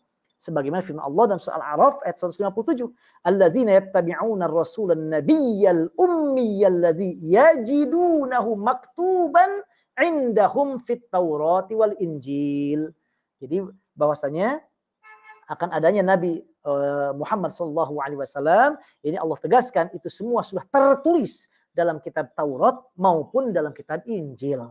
Jadi akan adanya nabi, akan adanya akan lahirnya seorang nabi, itu Nabi Muhammad SAW juga sudah dijelaskan dalam Taurat dan Injil. Nah, itu di antara isi tentang kitab Taurat yang Allah sebutkan dalam Al-Qur'an. Nah, selain itu yang kelima, ketika Allah berbicara tentang kitab Taurat, bahwa Allah juga menegaskan bahwa kitab Taurat yang ada pada saat ini sekarang, pada saat ini itu semuanya sudah bukan asli lagi. Tapi sudah muharrafah, sudah banyak yang tidak aslinya. Nah, meskipun kita tidak mengetahui berapa kadar jumlah, berapa persen yang asli dan tidak aslinya. Nah, itu Al-Faqir belum mendapatkan keterangan. Yang jelas bahwa Allah menegaskan bahwa kitab Taurat yang ada sekarang ini sudah tidak asli lagi. Ini dalam keyakinan agama Islam. Nah, siapa yang mengatakan demikian? Allah sendiri. Allah sendiri dalam Al-Quran diantaranya menegaskan hal ini. Di antaranya misalnya kita lihat dalam surah Al-Baqarah. Nah, surat Al-Baqarah ayat ke-78 dan 79. 79 misalnya. Fawailul lilladzina yaktubuna al-kitaba biaydihim thumma yaquluna hadza min indillahi liyashtaru bihi thamanan qalila. Sungguh celaka orang yang menulis kitab. Nah, menulis kitab dengan tangan mereka, bukan berdasarkan wahyu, tangan mereka. Kemudian mereka mengatakan, ini loh kitab dari Allah. Ini yang saya tulis ini ada dari Allah. Nah, udah ada perubahan, udah ada pemalsuan. Jadi udah tidak orisinal lagi. Atau dalam ayat yang lain, misalnya dalam surat Al-Maidah ayat 13, ketika Allah mensifati Bani Israel saat itu, fabima naqadhihim mitsaqahum la'annahum wa ja'alna qulubahum qasiyah. Nah, karena mereka melanggar perjanjian, maka kami laknat mereka. Nah, itu harusnya orang-orang Bani Israel kemudian yuharrifunal kalima am mawadhi'i. Mereka merubah firman-firman Allah atau isi dari kitab-kitab an mawadhi'i dari yang semestinya. Mereka merubah ketentuan dari kitab tersebut. Makanya sekali lagi dalam keyakinan agama kita bahwa kitab Taurat atau kitab Injil yang ada sekarang dalam keyakinan umat Islam sudah tidak asli lagi. Ini berdasarkan firman Allah dalam banyak ayat Al-Quran. Nah, ini tentang sekilas gambaran tentang kitab Taurat dalam Al-Quran. Jadi yang pertama kitab yang Allah sebutkan dalam Al-Quran kitab Taurat yang diturunkan kepada Nabi Musa. Allah menjelaskan kata Taurat atau menyebut Taurat sebanyak 18 kali dalam Al-Quran. Yang kedua Injil. Nah, Injil ini kitab yang Allah turunkan kepada Nabi Isa alaihissalam. Allah sebutkan kata Al-Injil dalam Al-Quran sebanyak 12 kali. Sebanyak 12 kali. Jadi lebih sedikit dari penyebutan Taurat. Memang Taurat lebih banyak disebutkan dalam Al-Quran, 18 kali. Sementara Injil disebutkan hanya 12 kali. Nah, baik kita lihat sekarang. Bagaimana Al-Quran berbicara tentang Injil. Nah, pertama, dalam Al-Quran Allah mensifati kitab Injil sama dengan Taurat. Merupakan petunjuk dan cahaya. Petunjuk dan cahaya. Nah, jadi ini adalah petunjuk dan cahaya pedoman tentunya bagi Nabi Isa alaihissalam dan kaum Bani Israel saat itu. Nah, karena bagi kita adalah umat Nabi Muhammad SAW. Allah berfirman dalam surah Al-Maidah ayat 346. Nah, ini وَقَفَّيْنَا عَلَى آثَارِهِمْ بِعِيسَى بْنِ مَرْيَمَ مُصَدِّقًا لِمَا بَيْنَ يَدَيْهِ مِنَ التَّوْرَاةِ وَآتَيْنَاهُ الْإِنْجِيلَ فِيهِ هُدًى وَنُورٌ فِيهِ هُدًى وَنُورٌ وَمُصَدِّقًا لِمَا بَيْنَ يَدَيْهِ مِنَ التَّوْرَاةِ وَهُدًى وَمَوْعِظَةً لِلْمُتَّقِينَ. Jadi kami menurunkan kepada Nabi Isa alaihissalam kitab Injil yang di dalamnya ada petunjuk pedoman hidup, nur juga cahaya. Jadi Allah mensifati kitab Injil sebagai kitab pedoman yang luar biasa, pedoman hidup kehidupan Bani Israel yang hidup pada masa Nabi Isa alaihissalam tersebut, dan juga sebagai cahaya yang menerangi kehidupan mereka. Artinya pedoman yang harus dipegang erat untuk meraih kebahagiaan dunia dan akhirat, yaitu khususnya untuk kaum Bani Israel pada masa Nabi Isa alaihissalam. Kalian ingat Nabi Isa diturunkan khusus untuk Bani Israel. Jadi semua Nabi dan Rasul diutus hanya untuk kaumnya. Kecuali Nabi Muhammad SAW diutus untuk semua manusia, untuk semesta alam. untuk semesta alam, termasuk di dalamnya untuk manusia dan juga untuk jin. Yang kedua, kalau kita lihat ayat-ayat Al-Qur'an ketika berbicara tentang Injil di antaranya, Allah juga menegaskan bahwasannya Injil ini, ajaran yang ada dalam Injil itu meneruskan, menyempurnakan atau mengubah, mengganti sedikit sebagian yang ada dalam Taurat. Jadi ada hukum-hukum yang dalam Taurat dirubah kemudian ada dalam Injil, atau menyempurnakan yang belum ada dalam Taurat. Nah, ini Allah tegaskan demikian. Jadi Injil menyempurnakan apa yang ada dalam Taurat. Nah, ini sebagaimana firman Allah ditegaskan di antaranya surat Ali Imran ayat 50. Wa musaddiqan lima baina yadayya minat Taurati wa liuhilla lakum ba'dal ladzi hurrima 'alaikum wa ji'tukum bi ayatin min rabbikum fattaqullaha ati'un. Ini Nabi Isa berkata, wa musaddiqan, dan aku diutus inilah untuk membenarkan apa yang ada dan terkandung dalam kitab Taurat. Membenarkan. Karena sekali lagi, Nabi dan Rasul satu sama lain adalah satu keluarga. Meneruskan risalah yang dibawa, yaitu risalah Islam. Risalah yang sama dibawa. Nabi Isa alaihissalam membenarkan apa yang dalam Taurat, kemudian wali uhilla lakum, dan kadang Injil juga mengganti ataupun menyempurnakan atau sebagian hukum dihapuskan, diganti dengan yang lain. Nah, sebagaimana firman Allah di sini, wali uhilla lakum ba'dal ladzi hurrima 'alaikum, dan aku juga datang adalah untuk menghalalkan sebagian yang kalian haramkan dahulu. Yang sebagian oleh kalian diharamkan, yang ada dalam misalnya yang diharamkan dalam kitab Taurat, kemudian dalam Injil diperbolehkan. Berarti Injil juga di antara fungsinya adalah selain membenarkan apa yang ada dalam kitab Taurat, juga mengubah sebagian hukum yang ada dalam kitab Taurat dengan hukum yang baru yang ada dalam kitab Injil. Nah, yang ketiga, kalau kita lihat tentang bagaimana Allah atau Al-Quran berbicara tentang kitab Injil, kalau kita perhatikan bahagia, Allah lebih banyak menjelaskan tentang Taurat daripada tentang Injil. Jadi Al-Quran memberikan perhatian yang lebih, porsi yang lebih ketika berbicara tentang kitab Taurat. Nah, jika dibandingkan dengan ketika berbicara tentang Injil. Nah, di antaranya tadi bahwa kitab Taurat itu sendiri Allah sebutkan 18 kali. Sementara Injil Allah sebutkan dalam Al-Quran cuma 12 kali.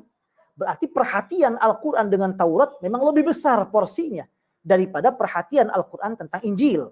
Kenapa demikian? Karena tadi memang Taurat sifatnya menjelaskan secara terperinci segala sesuatu. Sementara Injil tidak demikian. Nah, tidak demikian. Nah, jadi itulah baik perhatian Al-Quran dengan Taurat lebih daripada dengan Injil. Bahkan bukan hanya itu. Kata Musa sendiri, Nabi Musa, yang mana Nabi Musa, Nabi yang diturunkan kitab Taurat untuk beliau, itu namanya Allah sebutkan lebih banyak daripada penyebutan Nabi Isa alaihissalam. Nah, Nabi Musa alaihissalam Allah sebutkan dalam Al-Quran 136 kali. Di nama Musa dalam Al-Quran Allah sebutkan berapa kali? 136 kali. Musa ini Nabi yang paling banyak. Nama Musanya, nama sharihnya disebutkan dalam Al-Quran. Nah, sementara Nabi Isa alaihissalam, nama Isa-nya Allah sebutkan cuma 25 kali. Hanya 25 kali. Jadi sekali lagi memang perhatian ataupun porsi Al-Quran, perhatian tentang Taurat lebih besar, lebih banyak daripada ketika Allah berbicara tentang kitab Injil. Kenapa? Karena sekali lagi Nabi Isa yang diturunkan Injil kepada beliau karena melanjutkan, membenarkan atau menyempurnakan yang ada di dalam kitab Taurat. Itulah kenapa Allah lebih banyak berbicara porsinya tentang Taurat daripada ketika berbicara tentang kitab Injil. Nah, kemudian seperti Al-Quran juga ketika berbicara tentang Injil sama dengan Taurat, di antara isinya juga dijelaskan. Di antara isi kitab Injil yang sebagaimana Allah sebutkan dalam Al-Quran, yaitu adalah tentang bahwasanya akan datangnya yaitu Nabi Muhammad SAW. Nabi Muhammad SAW itu seorang nabi terakhir, Rasul Allah yang diutus kepada semua manusia, yang itu sudah ada tertulis dan tercatat baik dalam kitab Taurat dan Injil. Maka tentang Nabi Muhammad, tentang akan diutusnya Nabi Muhammad merupakan di antara ajaran yang tertulis dalam kitab Taurat maupun dalam kitab Injil. Dalilnya tadi Al-A'raf ayat 157 di antaranya. Alladzina yattabi'una ar-rasula an-nabiyyal ummiyal ladzi yajidunahu maktuban indahum fit Taurati wal Injil. Ya, ada nabi yang ummi, maksudnya Nabi Muhammad SAW, yang tertulis tentang Nabi Muhammad dalam apa? Dalam kitab Taurat maupun dalam kitab Injil. Nah, ini tentang isi tentang Injil. Kemudian ketika Allah berbicara tentang Injil juga dalam Al-Quran, Allah juga menegaskan seperti Taurat tadi, bahwa Injil yang ada sekarang itu sudah tidak asli lagi. Sudah muharraf, ini sudah dipalsukan. Sudah ada beberapa yang dipalsukan. Meskipun kita tidak mengetahui berapa kadarnya, berapa persen yang sudah dipalsukannya, berapa persen yang aslinya, wallahu alam. Wallahu alam. Namun yang jelas Allah sudah menegaskan bahwa Injil atau Taurat yang ada sekarang itu sudah tidak asli lagi. Tidak asli lagi. Apa di antara dalilnya? Di antara dalilnya dalam firman Allah dalam surat Ali Imran ayat 78 dan 79. Wa inna minhum la fariqan yalwuna alsinatahum bil kitabi litahsabuhu minal kitabi wa ma huwa minal kitab wa yaquluna huwa min indillahi wa ma huwa min indillah wa yaquluna 'ala Allahil kadhiba wa hum ya'lamun. Jadi antara mereka ada yang mengubah Alkitab, Injil. Mereka mengatakan ini dari Allah padahal bukan dari Allah. Nah, ini dari kitab Injil padahal bukan dari kitab Injil. Mereka yang buat sendiri. Nah, ini sudah tidak asli lagi. Mereka banyak pemalsuan di dalamnya yang dilakukan tentu oleh orang-orang Bani Israel saat itu. Sehingga dengan demikian ketika Allah berbicara tentang Injil dalam Al-Quran ataupun berbicara tentang Taurat dalam Al-Quran, Allah menegaskan bahwa Taurat atau Injil yang ada sekarang dalam keyakinan umat Islam, sekali lagi dalam keyakinan umat Islam itu sudah tidak asli lagi. Sudah ada pemalsuan, sudah terjadi pemalsuan. Dan ini dikuatkan oleh perkataan Ibnu Abbas dalam hadis sahih riwayat Imam Bukhari dalam sahihnya. Ibnu Abbas mengatakan wa qad haddatsakumullahu anna ahlal kitab baddalu ma kataballah wa ghayyaru bi aydihimul kitab faqalu huwa min indillah liyashtaru bihi thamanan qalila. Nah, dan bahwasanya Allah telah menjelaskan pada kalian bahwa ahlul kitab mereka telah mengganti apa yang Allah tentukan. Apa yang tertulis dalam kitab Taurat atau Injil sudah dirubah oleh mereka. Wa ghayyaru bi aydihimul kitab. Mereka juga mengubah kitab-kitab tersebut oleh tangan mereka sendiri. Kemudian mereka mengatakan ini loh dari Allah, padahal tentu tidak demikian. Padahal bukan dari Allah. Untuk apa? Tujuan duniawi. Ini disampaikan oleh Ibnu Abbas dalam sahihnya. Dengan demikian, bahwa baik Taurat ataupun Injil yang disebutkan dalam Al-Quran, bahwa Allah menegaskan dalam Al-Quran bahwa Taurat dan Injil yang ada sekarang dalam keyakinan umat Islam sudah tidak asli lagi. Dan yang asli, alhamdulillah Allah tegaskan, yang selalu dijaga oleh Allah, tidak akan ada pemalsuan adalah Al-Quran yang Allah turunkan kepada Nabi Muhammad SAW. Hal ini diantaranya berdasarkan firman Allah dalam surat Al-Hijr ayat 9. Inna nahnu nazzalna dzikra wa inna lahu lahafizun. Kami telah menurunkan az-dzikra itu Al-Quran dan kami yang akan menjaganya. Insyaallah sampai hari kiamat Al-Quran akan selalu dijaga oleh Allah SWT sehingga tidak akan pernah dipalsukan. Dan kalaupun ada pemalsuan insyaallah akan langsung dapat diketahui oleh siapapun. Sekalipun mungkin orang yang nggak hafal Al-Quran tapi dia rajin baca Al-Quran. Ketika dia membaca ada yang janggal, maka dia akan mengatakan ini bukan dari Al-Quran. Inilah kekuasaan Allah SWT. Hebatnya Al-Quran. Alhamdulillah hebatnya Al-Quran. Makanya Allah menjaga Al-Quran. Alhamdulillah. Nah, kitab yang ketiga yang Allah sebutkan dalam Al-Quran, Zabur. Zabur yang Allah turunkan kepada Nabi Daud alaihissalam. Dan kata Zabur atau kitab Zabur dalam Al-Quran disebutkan 9 kali saja. Hanya 9 kali. Di antaranya Allah sebutkan dalam surah An-Nisa ayat 163. Wa atayna Dawud Zabura. Kami telah memberikan kepada Nabi Daud yaitu kitab Zabur. Kitab Zabur. Lalu apa isi kitab Zabur? Nah, di antara isinya Allah tegaskan dalam Al-Quran juga. Allah menjelaskan di antara isi kitab Zabur itu Allah tegaskan dalam surat Al-Anbiya ayat 105. Walaqad katabna fiz zaburi min ba'di dzikri annal arda yarithuha ibadiyas salihun. Nah, kami tetapkan dalam kitab Zabur apa isinya? Bahwa bumi ini hanya akan diwariskan kepada hamba-hamba yang soleh. Jadi akan hamba-hamba yang soleh. Nah, itu di antara isi kitab Zabur. Hanya kitab Zabur tentu tidak sebanyak porsinya ketika Allah berbicara tentang kitab Zabur ini hanya sedikit sekali dan tidak sedetail, tidak sebanyak ketika Allah berbicara tentang kitab Taurat ataupun kitab Injil. Nah, ini kitab Zabur, kitab yang ketiga. Yang keempat, kitab yang keempat yang Allah sebutkan dalam Al-Qur'an adalah Al-Qur'an. Jadi kitab yang disebutkan oleh Allah dalam Al-Qur'an adalah Al-Qur'an. Bahkan kata para ulama, Allah menyebutkan kata Al-Qur'an dalam Al-Qur'an jumlahnya sangat banyak sekali. Nah, ada yang mengatakan sampai tapi saya belum mengkaji lebih detail, ada yang mengatakan sampai 86 kali dengan kata Al-Qur'an saja. Belum dengan kata yang lain yang maksudnya Al-Qur'an. Banyak sekali, banyak sekali.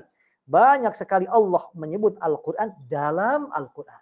Dan Al-Qur'an ini adalah kitab, tentunya adalah kitab yang diturunkan pada Nabi Muhammad SAW untuk pegangan semua makhluk, baik jin maupun manusia. Baik jin maupun manusia. Nah, dan kalau kita lihat Allah ketika berbicara tentang Al-Quran, dalam Al-Quran, sungguh luar biasa. Sungguh luar biasa. Misalnya, kita lihat bagian betapa Allah mengagungkan Al-Quran yang tidak pernah Allah agungkan untuk kitab yang lainnya. Jadi, ketika kalau kita lihat ayat-ayat Al-Quran yang berbicara tentang Al-Quran, ketika Allah menjelaskan Al-Quran, subhanallah, Allah mengagungkannya luar biasa. Melebihi dari kitab-kitab yang lainnya. Misalnya, makanya tadi kata Al-Quran itu sendiri disebutkan dalam jumlah sangat banyak sekali. Belum dengan kata yang lain yang maksudnya Al-Quran. Nah, misalnya Allah memuji Al-Quran. Allah memuji Al-Quran.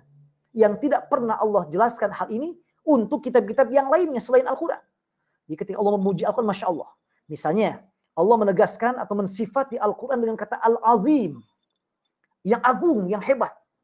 Nah, dalam surah Al-Hijr misalnya ayat 87. Walaqad atainaka sab'an minal mathani wal Qur'anal azim. Dan Quran yang agung. Allahu Akbar. Allahu Akbar. Betapa Allah mengagungkan Al-Quran. Sampai Allah dalam Al-Quran mensifati Al-Quran itu sendiri dengan sebutan Al-Azim. Agung, besar. Di mana sifat Al-Azim ini juga merupakan di antara sifat Allah Subhanahu wa taala. Coba kalau kita mau selesai baca Al-Qur'an, Shadaqallahul Azim. Maha suci Allah, Allah yang apa? Al-Azim, yang agung. Nah, kata Al-Azim yang merupakan di antara sifat Allah juga, Allah sifati juga untuk mensifati kitabnya yang agung yang diberikan pada Nabi Muhammad, yaitu Al-Qur'an. Allah mensifati Al-Qur'an dengan Al-Azim. Walaqad atainaka sab'an minal mathani wal Qur'anal azim, dan Quran yang agung. Subhanallah, luar biasa. Makanya siapapun yang hidup dengan Al-Quran, yang rajin membacanya, mengkajinya, kemudian juga mencintainya, maka Allah akan muliakan hidupnya, dunia akhiratnya. Kalau kita lihat bicara tentang betapa kemuliaan orang-orang yang mencintai Al-Quran, Ahlul Quran, Masya Allah, dahsyat, luar biasa.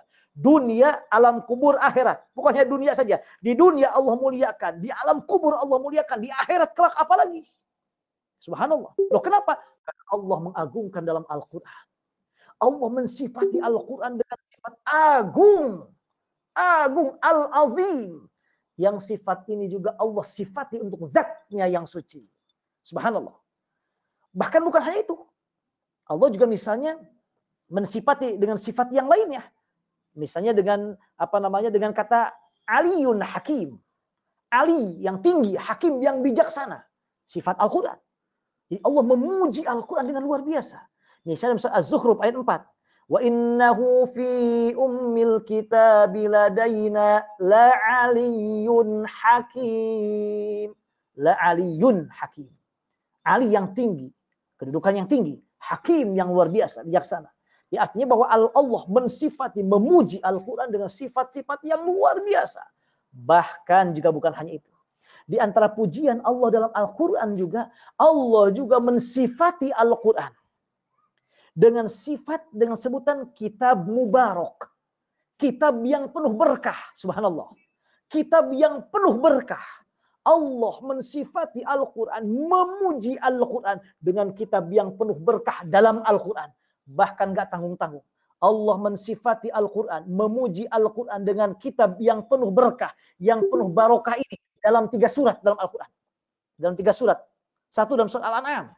Dalam surat Al-An'am ayat 92 Allah berfirman, Wa hadza kitabun anzalnahu mubarakun musaddiqul ladzi baina yadayhi. Dan ini kitab, Masya Al-Quran, anzalnahu, yang kami turunkan, mubarakun, penuh berkah. Subhanallah. Penuh berkah. Allah mensifatinya demikian. Maka orang yang hidupnya mencintai Al-Quran, selalu membacanya, rindu dengan Al-Quran, mengkajinya, insya Allah pun demikian. Sebagaimana Allah memberkahi kitab sucinya, pun demikian Allah akan memberkahi orang yang mencintai kitab suci Al-Quran yang Allah turunkan kepada Nabi Muhammad SAW. Yang kedua, Allah sifati dengan kitab, dengan Al-Quran, dengan kitab yang penuh berkah dalam surat Al-An'am. Dalam surat Al-An'am ayat 155 pun Allah mensifati Al-Quran dengan kitab yang penuh berkah. Allah berfirman, "Wa hadza kitabun anzalnahu mubarakun fattabi'u." Ini kitab Al-Quran kami turunkan mubarakun, penuh berkah. Makanya kata para ulama, kalau Al-Quran dibaca dengan niat untuk kesembuhan penyakit, Allah sembuhkan penyakitnya.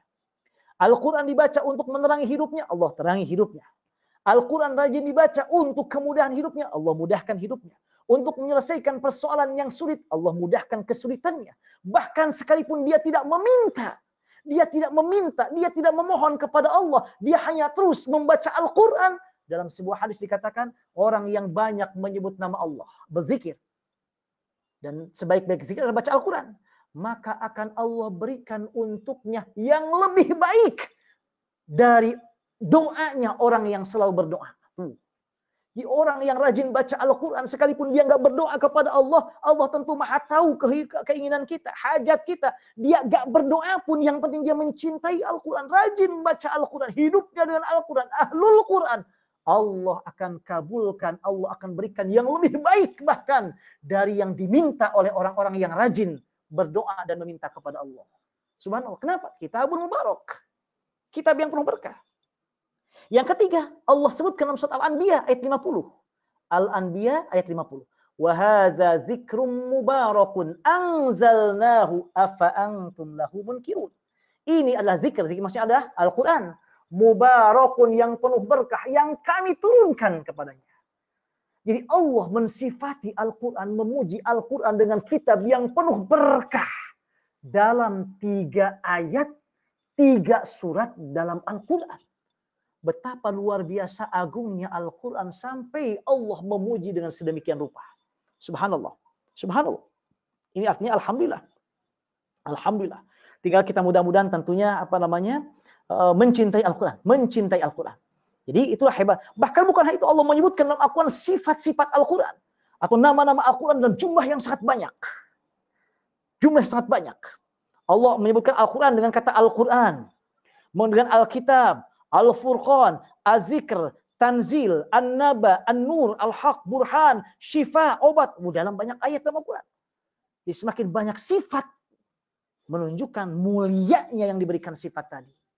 Tidak semata-mata Allah memberikan sifat yang banyak untuk Al-Quran, kecuali menunjukkan agungnya, istimewanya Al-Quran. Al-Quran. Makanya mudah-mudahan kita selalu mencintai Al-Quran.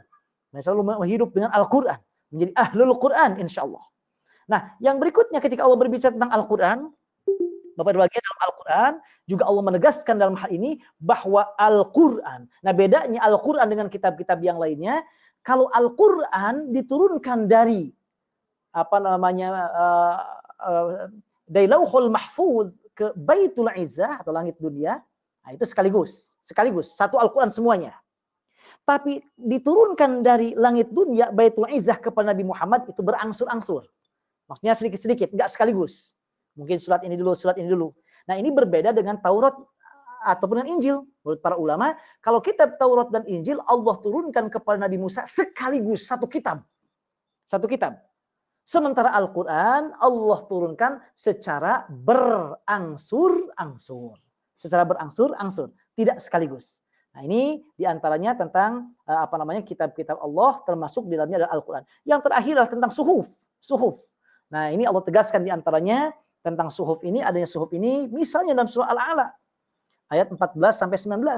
Qad aflaha man tazakka وذكر اسم ربه فصلى بل تؤثرون الحياة الدنيا والآخرة خير وأبقى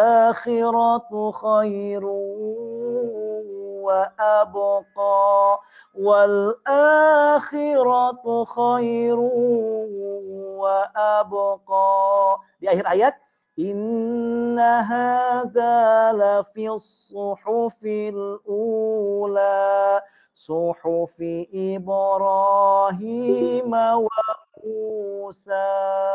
Ada dalam suhuf Ibrahim dan suhuf Musa. Hanya suhuf ini bukan berupa kitab, tapi lembaran-lembaran. Ada lembaran yang diberikan kepada Nabi Ibrahim, juga kepada Nabi Musa.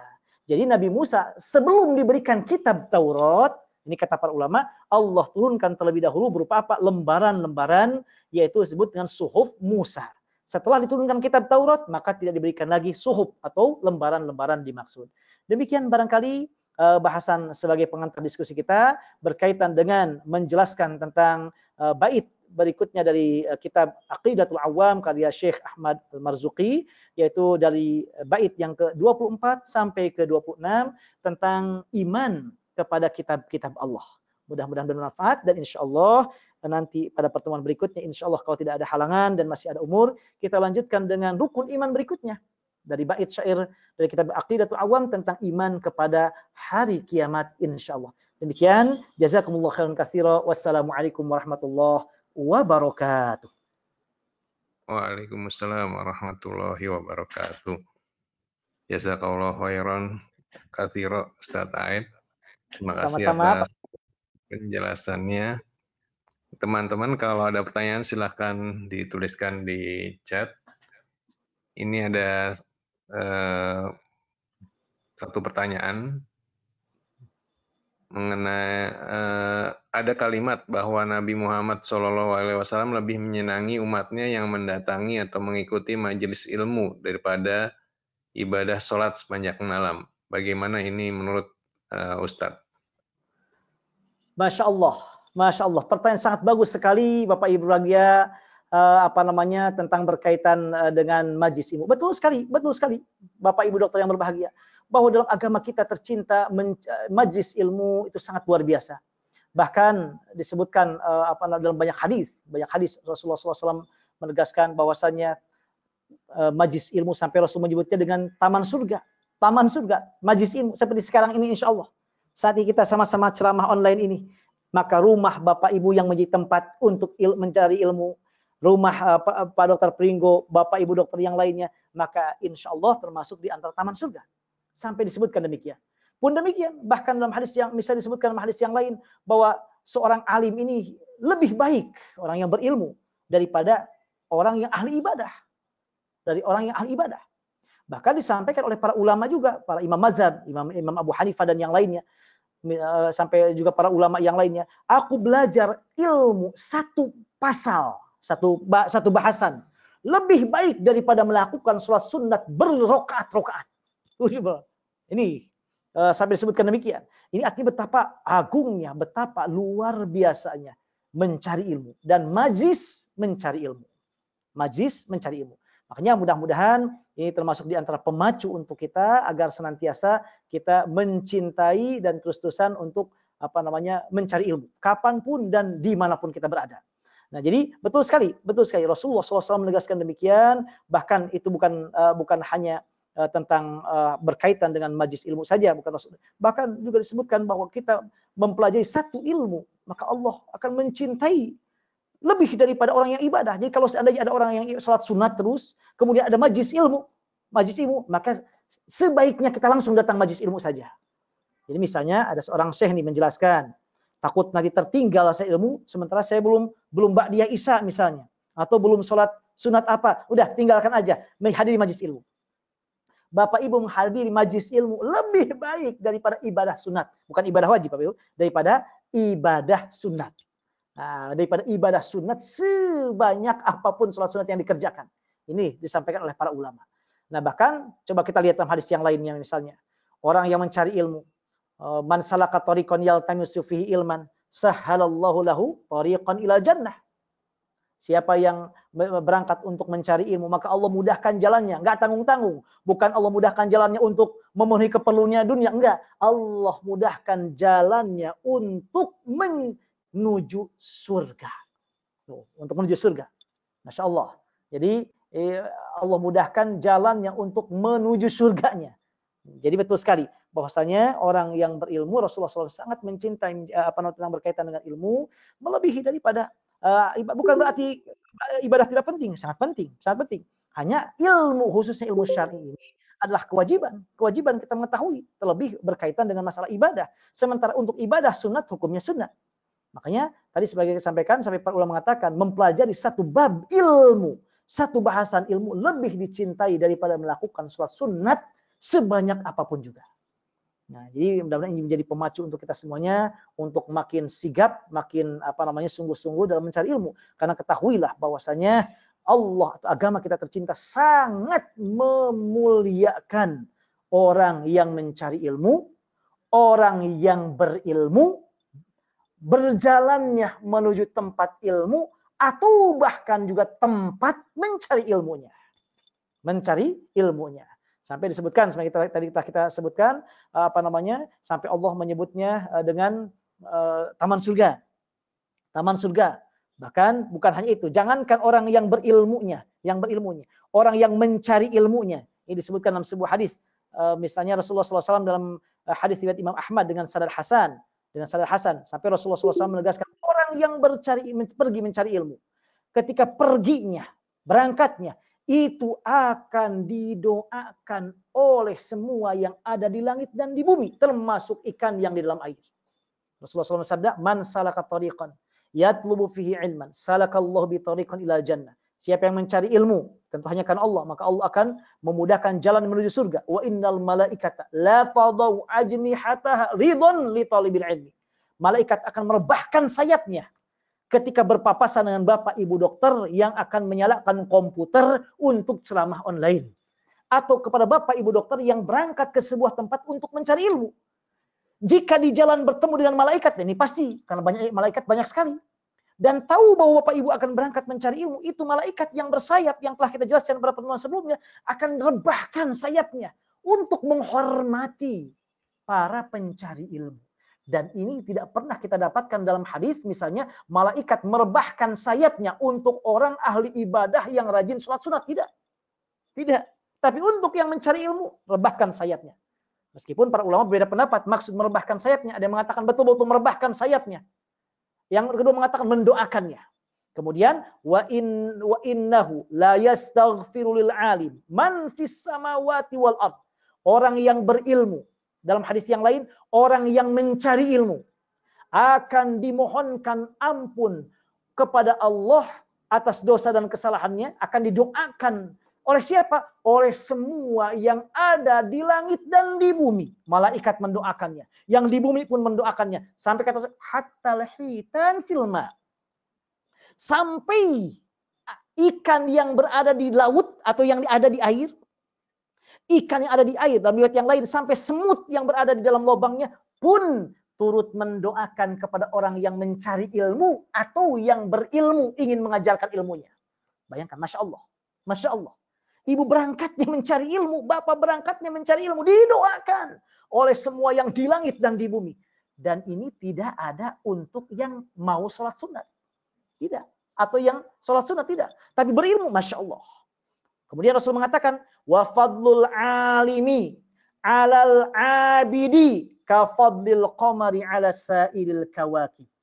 Keutamaan orang yang berilmu daripada orang yang ahli ibadah tapi tidak berilmu atau kurang ilmunya. Ada seorang alim berilmu. Satu lagi rajin ibadahnya. Ibadah sunat terus dikerjakan. Kata Rasulullah, keutamaan orang yang berilmu dengan orang yang ahli ibadah seperti keutamaan antara bulan dengan semua bintangnya. Tentu bintang maksudnya dari cahayanya kan redup. Tapi kalau bulan, Masya Allah, terang. Artinya beda jauh antara yang berilmu dengan yang ahli ibadah. Tentu yang paling utama, yang paling istimewa orang yang berilmu. Subhanallah. Sampai Rasul mengatakan demikian. Orang yang berilmu seperti cahayanya seperti bulan, Sementara orang yang ahli ibadah cahayanya seperti bintang-bintang. Lalu kata Rasulullah, innal ulama'ahum warasatul anbiya. Ingat, para ulama itu, artinya orang yang berilmu, itu adalah pewarisnya para nabi. Tapi tidak pernah orang yang rajin ibadah adalah pewarisnya para nabi, tidak. Yang berilmu, selalu yang berilmu. Selalu yang berilmu. Lam yuwarithu dinaron wala dirhaman. Para nabi enggak mewariskan uang, dirham enggak. Wa innama warrathul ilma. Tapi mewariskan ilmu. Makanya warisannya para nabi dan rasul itulah ilmu itu. Maka siapa yang mencari warisan para nabi dan rasul, sungguh luar biasa. Maka Bapak Ibu ketika mencari ilmu artinya sedang mencari di antara warisan para nabi dan rasul. Jadi warisan para nabi dan rasul, harta warisannya bukan berupa uang, enggak, tapi berupa ilmu. Maka kata Rasul di akhir hadis, faman akhadha bihi akhadha bihadhin wafir. Siapa yang mencari ilmu, mencari warisan tadi berupa ilmu, maka sungguh dia telah mengambil sesuatu keberuntungan yang sangat-sangat jelas dan luar biasa. Jadi betul sekali Rasulullah SAW dalam banyak hadisnya sangat memuliakan, mengutamakan mencari ilmu daripada hanya beribadah. Khususnya ibadah sunat. Wallahu a'lam bishawab. Terima kasih Ustaz Aep. Pertanyaan berikutnya, terkait interaksi kita dengan Al-Quran, manakah yang lebih diutamakan?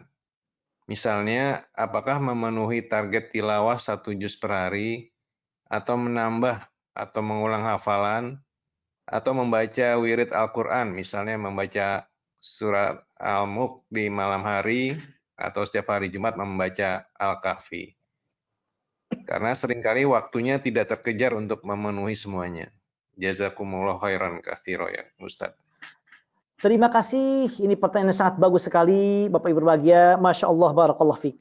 Untuk tentunya kita lihat keadaannya. Imam Al-Ghazali menjelaskan hal ini diantaranya dalam kitab Ihya Ulumuddin. Jadi berkaitan dengan hal ini adalah bagaimana keadaan kita. Bagi yang waktunya senggang, maka tiga-tiganya dilakukan lebih bagus. Tiga-tiganya dilakukan lebih bagus. Dia juga misalnya baca Al-Quran target one day 1 juz, atau dengan one day 2 juz, one day 3 juz misalnya, atau target-target. Nah, terus kita dawamkan.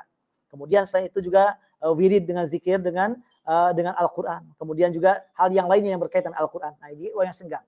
Nah, itu paling bagus. Namun untuk yang misalnya dalam keadaan sangat sempit waktunya, karena memang apalagi seperti Bapak Ibu dokter yang berbahagia, di mana apalagi terlebih pada masa Covid demikian, saya yakin tentu lebih banyak sekali waktu. Maka hemat Al-Fakir yang pertama adalah membaca Al-Quran. Membaca Al-Quran Bapak Ibu berbahagia, ini sesuatu yang jangan kita tinggalkan. Meskipun tidak 1 juz. Jadi membaca Al-Quran ini merupakan yang sebaiknya kita lakukan. Kita lakukan setiap saat, setiap hari, khusus setiap hari. Paling tidak jika ibu bapak sibuk, sangat sibuk banget 1 kali sehari semalamnya. Syukur-syukur kalau seandainya membacanya sampai 2 kali. Jadi pagi setelah subuh 1 kali, kemudian setelah maghrib 1 kali. Jadi memulainya siang dengan Quran, memulai malam dengan Al-Quran. Nah, itu sangat bagus sekali kalau seandainya kita bisa melakukan demikian. Tapi kalau seandainya tidak demikian, maka paling tidak Bapak berbahagia, ibu membaca 1 kali. Mau pagi silakan, atau mau malam silakan. Nah, syukur-syukur pagi, pokoknya disenggangkan. Meskipun tidak 1 juz. Jadi yang hemat Al-Fakir, yang dalam ini tetap Bapak Ibu usahakan membaca Al-Quran semampu Ibu. Seberapa waktu yang tersedia, meskipun tidak 1 juz. Jadi membaca Al-Quran ini luar biasa sekali. Makanya kalau kita lihat dalam Al-Quran, ketika Allah berbicara tentang orang yang membaca Al-Quran, umumnya menggunakan fi'il mudhari. Misalnya dalam surat Fatir. Dalam surat Fatir ayat 29, innalladzina yatluna kitaballah wa aqamus salata wa anfaqu mimma razaqnahum sirran wa alaniyah wa sirran wa alaniyatan yarjuna tijaratan lan tabur. Sesungguhnya orang yang membaca kitab Allah. Allah menggunakan fi'il mudhari. Kata para ulama, fi'il mudhari itu adalah artinya apa? Terus menerus. Artinya continue. Jadi jangan sampai ditinggalkan. Maka hemat Al-Fakir yang paling baik yang pertama membaca Al-Quran. Sekalipun tidak 1 juz berbahagia. Berapa aja semampunya. Mungkin sekalipun hanya 1 halaman. Atau mungkin setengah halaman. Atau mungkin 5 baris semampu ibu. Pokoknya membaca Al-Quran, kalau bisa usahakan setiap hari kita membacanya. Sesenggangnya. Kapan waktunya? Ini yang pertama. Nah, adapun yang lainnya misalnya nanti pas malamnya sebaiknya kan kita dianjurkan untuk membaca Al-Mulk misalnya. Ibu berat kemudian tidak mungkin karena capek, udah nggak apa-apa. Tidur saja, kemudian hanya sebaiknya kalau memungkinkan ibu niat ya Allah, insya Allah saya akan berniat untuk membaca surat Al-Mulk, sehingga kalau tidak sempat membaca Al-Mulk karena kecapean atau ketiduran, ibu tetap mendapatkan pahala seperti yang membaca surat Al-Mulk. Tetap ada niat, niat kebaikan sungguh luar biasa besar pahalanya. Jadi membaca Al-Quran tetap, adapun membaca Al-Muluknya atau mungkin Al-Kahfinya atau yang lainnya, ibu tidak lihat keadaan saja. Kalau capek tidak dibaca pun tidak apa-apa. Atau misalnya begini ibu, ibu yang bahagia misalnya ini malam Jumat ini, sedang nyantai, mau baca surat Al-Kahfi, baca Al-Kahfi. Tiba-tiba terdengar telepon, ibu harus ke rumah sakit, Pak Dokter harus ke rumah sakit karena ada hal yang harus ditangani. Nah, maka yang paling baik ibu datang ke rumah sakit. Pak Dokter datang ke rumah sakit. Itu lebih besar pahalanya daripada Bapak Ibu membaca surat Al-Kahfi. Loh, kenapa demikian? Karena Bapak Ibu ketika ke rumah sakit, Bapak Ibu untuk menyembuhkan orang yang mungkin dia meninggal dunia. Mungkin dia meninggal dunia kalau kita nggak datang sebabnya. Meskipun tentu yang membuat hidup atau mati hanya Allah SWT. Atau dengan izin Allah kita menolong orang yang kesusahan tadi menjadi dia kemudian hidup lagi, sehat lagi. Dan itu besar pahalanya, besar pahalanya. Sampai Allah dalam Al-Quran menyebutkan man ahyan nas faka'annama man ahyaha faka'annama ahyan nas jami'an. Siapa yang menghidupkan satu jiwa dihidupkan. Tadi mau meninggal dunia, kemudian Bapak Ibu dengan sebab Bapak Ibu diobati sampai dengan izin Allah sembuh dia dengan izin Allah hidup.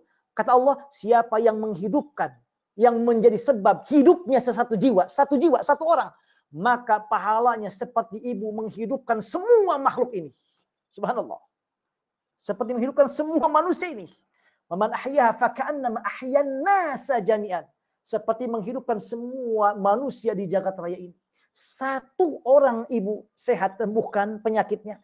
Atau yang tadinya mau meninggal dunia, kemudian dengan izin Allah sehat lagi, hidup lagi dengan sebab Bapak Ibu dokter yang berbahagia sebagai wasilahnya, maka pahalanya sama dengan ibu menghidupkan semua manusia ini. Betapa agungnya. Belum lagi dalam hadis yang lain. Man naffas an mu'minin kurbatan min kurabid dunya, naffasal anhu kurbatan min kurabid dunya wal akhirah. Siapa yang memudahkan semua kesulitan yang dihadapi seseorang di dunia ini, maka Allah akan memudahkan kesulitan di dunia dan di akhiratnya. Nah, jadi tergantung keadaan. Hanya tentu sekali lagi membaca Al-Quran itu harus kita dahulukan dan utamakan semampu Bapak Ibu, sesedianya waktu Bapak Ibu berbahagia, meskipun tidak satu juz. Karena saya yakin Bapak Ibu yang bahagia sibuk. Dan ingat Bapak berbahagia, kesibukan Bapak Ibu dengan menolong orang-orang sakit besar banget pahalanya, apalagi zaman COVID sekarang. Ingat, itu lebih besar daripada membaca Al-Quran saja. Lebih besar daripada membaca Al-Quran saja. Niatkan karena Allah tentunya. Niatkan karena Allah. Besar sekali pahalanya. Maka untuk hemat al-fakir, Bapak Ibu tetap usahakan membaca Al-Quran kalau bisa pagi-paginya sebelum berangkat kerja. Senggangkan berapa saja semampu Bapak Ibu. Gak mesti satu juz, gak mesti satu halaman, satu lembar. Berapa saja semampunya. Tapi terus rutin tiap hari. Nah, adapun wirid-wirid yang lainnya, jika ibu bapak ibu tidak mempunyai waktu senggang atau karena capek, nggak apa-apa, nggak dilakukan saja. Tapi kalau bisa niatkan untuk membaca itu sehingga tetap mendapatkan pahalanya. Jadi hemat al-fakir adalah tetap membaca Al-Quran, karena membaca Al-Quran adalah hal yang penting kita lakukan setiap hari semampu kita. Adapun zikir yang lainnya dengan Al-Mulk atau yang lainnya, ada senggang waktu, maka alhamdulillah. Kalau tidak, maka tidak mengapa dan tidak apa-apa. Demikian barangkali, wallahu a'lam bishawab. Terima kasih Ustaz Aib. Pertanyaan berikutnya, mohon penjelasannya Ustaz Aib mengenai beriman kepada Al-Quran sebagai bukan makhluk. Betul sekali, ini pertanyaan Masya Allah bagus sekali tentang Al-Quran. Para ulama tentang berbicara tentang Al-Quran makhluk atau tidak. Nah, ini memang perdebatan ilmu kalam. Namun yang jelas kita beriman kepada Al-Quran sebagai bukan makhluk. Maksudnya adalah bahwa Al-Quran adalah firman Allah Subhanahu wa taala, dan firman atau kalam Allah ini adalah kalam nafsi. Dari segi kalam nafsinya sesuatu yang terbetik dalam kalam nafsi itu ada yang terbetik dalam hati kita. Nah, bukan berupa ucapan, bukan berupa kata-katanya. Nah, itu tentunya ada sifatnya qadim. Qadim. Nah, jadi itu adalah qadim dan berarti bukan makhluk. Bukan makhluk, artinya bukan yang diciptakan atau bukan seperti makhluk yang lainnya. Karena memang kalamullah yang sifatnya adalah kalam nafsi itu sudah ada sejak sifatnya azali dahulu kala. Nah, maka dengan demikian dilihat dari sisi ini maka Al-Qur'an adalah bukan makhluk. Namun kata para ulama kalau dilihat Al-Qur'an dari sisi dia bahasa Arab yang tertulis dengan lafaz kata-katanya maka dia adalah makhluk. Nah, karena ada misalnya kita membaca alhamdu, kita baca a dulu kemudian du belakangan. Nah, kan itu artinya bahwa ada yang depan, ada yang belakangan. Itu sifat makhluk. Jadi Al-Qur'an kalau dilihat dari sisi berupa dia kalamullah yang sifatnya an-nafsi, kalam Allah yang sifatnya nafsi dalam zat Allah Subhanahu wa taala yang bukan berupa ucapan dan kata-kata, maka itu adalah bukan makhluk. Namun kalau dari sisi dia adalah merupakan firman Allah yang berupa tulisan kata-katanya, nah atau kalam lafzi, maka ia adalah makhluk. Namun yang paling baik kata para ulama kita mengatakan bahwa Al-Qur'an adalah bukan makhluk agar tidak terjadi hal-hal yang tidak diinginkan. Jadi Al-Qur'an firman Allah yang sifatnya bukan makhluk dari sisi tentu adalah kalam Allah yang sifatnya kalam an-nafsi, al-kalam an-nafsi, yaitu kalam an-nafsi bukan al-kalam al-lafzi. Mengimaninya tentunya adalah kita meyakini bahwa itu adalah firman Allah. Meyakini firman Allah yang diturunkan kepada Nabi Muhammad SAW untuk kita semuanya dan untuk semua makhluk Allah jagat raya termasuk jin ataupun manusia diturunkan melalui malaikat Jibril alaihissalam yang wajib kita yakini semua kandungannya plus tentunya diamalkan isi kandungannya. Hanya berkaitan dengan mengamalkan isi kandungan, ingat perlu sekali diingat, ini tidak boleh berdasarkan pemahaman kita atau pemahaman para ulama belakangan sekarang, nggak boleh. Para ustadz nggak boleh. Pemahaman para ustadz yang berbeda atau yang tidak sesuai dengan pemahaman para ulama dahulu mu'tabar, nggak boleh. Kita harus mengikuti pemahaman para ulama yang memang keilmuannya sudah kompeten, sudah komplit, sudah kapabilitasnya sudah tidak diragukan lagi. Di antaranya para ahli tafsir, para ulama-ulama dahulu. Nah, kita memahaminya dan mengamalkannya berdasarkan pemahaman para ulama dahulu, bukan berdasarkan pemahaman kita yang berbeda dengan pemahaman para ulama dahulu. Karena tentu keilmuan kita yang masih sangat minim atau mungkin untuk kita adalah orang awam masuknya, bukan orang yang berilmu. Bukan orang berilmu, tapi kita adalah orang awam dan orang awam tidak boleh memahami Al-Qur'an dengan ilmu kita atau dengan keawaman kita, apalagi mengamalkannya. Nauzubillah, enggak. Harus berdasarkan pemahaman para ulama dahulu. Jadi itu maksud kita mengimani Al-Qur'an, artinya kita mengimaninya bahwa itu adalah merupakan firman Allah semuanya firman Allah Subhanahu wa taala yang diturunkan kepada Nabi Muhammad melalui malaikat Jibril, tidak ada keraguan di dalamnya. Semua dari firman Allah SWT yang wajib kita yakini kebenarannya dan wajib kita juga meyakini kandungannya sekaligus mengamalkan isi kandungannya sekali lagi berdasarkan pemahaman para ulama yang kompeten dan muktabar di bidangnya. Nah, itu di antara maksud beriman kepada Al-Qur'an Al-Karim. Wallahu a'lam. Terima kasih Ustaz Aib. Alhamdulillah sudah tidak ada pertanyaan lagi. Kita tutup majelis kita. Insya Allah kita bertemu lagi dengan Ustaz Aib 2 pekan lagi. Kita tutup dengan membaca doa kafaratul majelis. Subhanakallahumma wa bihamdika la ilaha illa anta astaghfiruka wa atubu ilaik. Wassalamualaikum warahmatullahi wabarakatuh.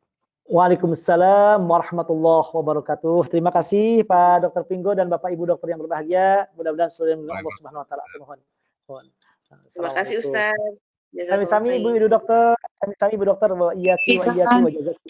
Terima kasih Pak Ustaz. Sami Bapak Ibu dokter.